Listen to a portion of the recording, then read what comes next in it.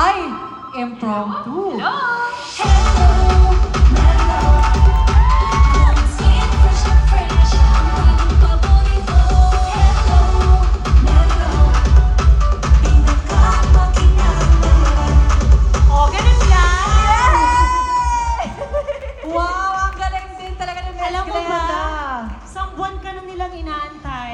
As in, nagagalit na yung mga tao. Sino bang Kay yan?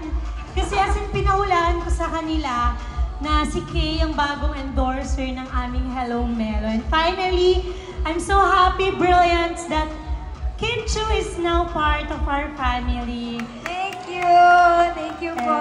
Alam mo, Miss Kim Chu, isa pa to sa biglaang event and hindi pa masyadong pinaghandaan. Ha? Hindi pa pinaghandaan to, madam? Yes! Tao, pero sagad. grabe yung dami ng tao. Sabi ko nga, ako na yung mahihiya na hindi sila puntahan lahat. Kaya mamaya po, lilibutin ko kayo. Promise ko po yan sa inyo.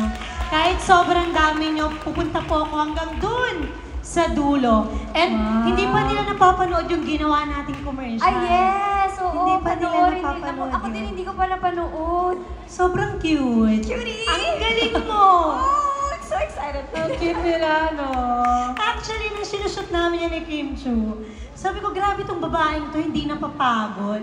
Tapos, parang hindi niya alam na nanonood ako sa kanya, nakatitig lang. Kasi, sobrang nakakapagod palang gumawa ng commercial. Super, di ba?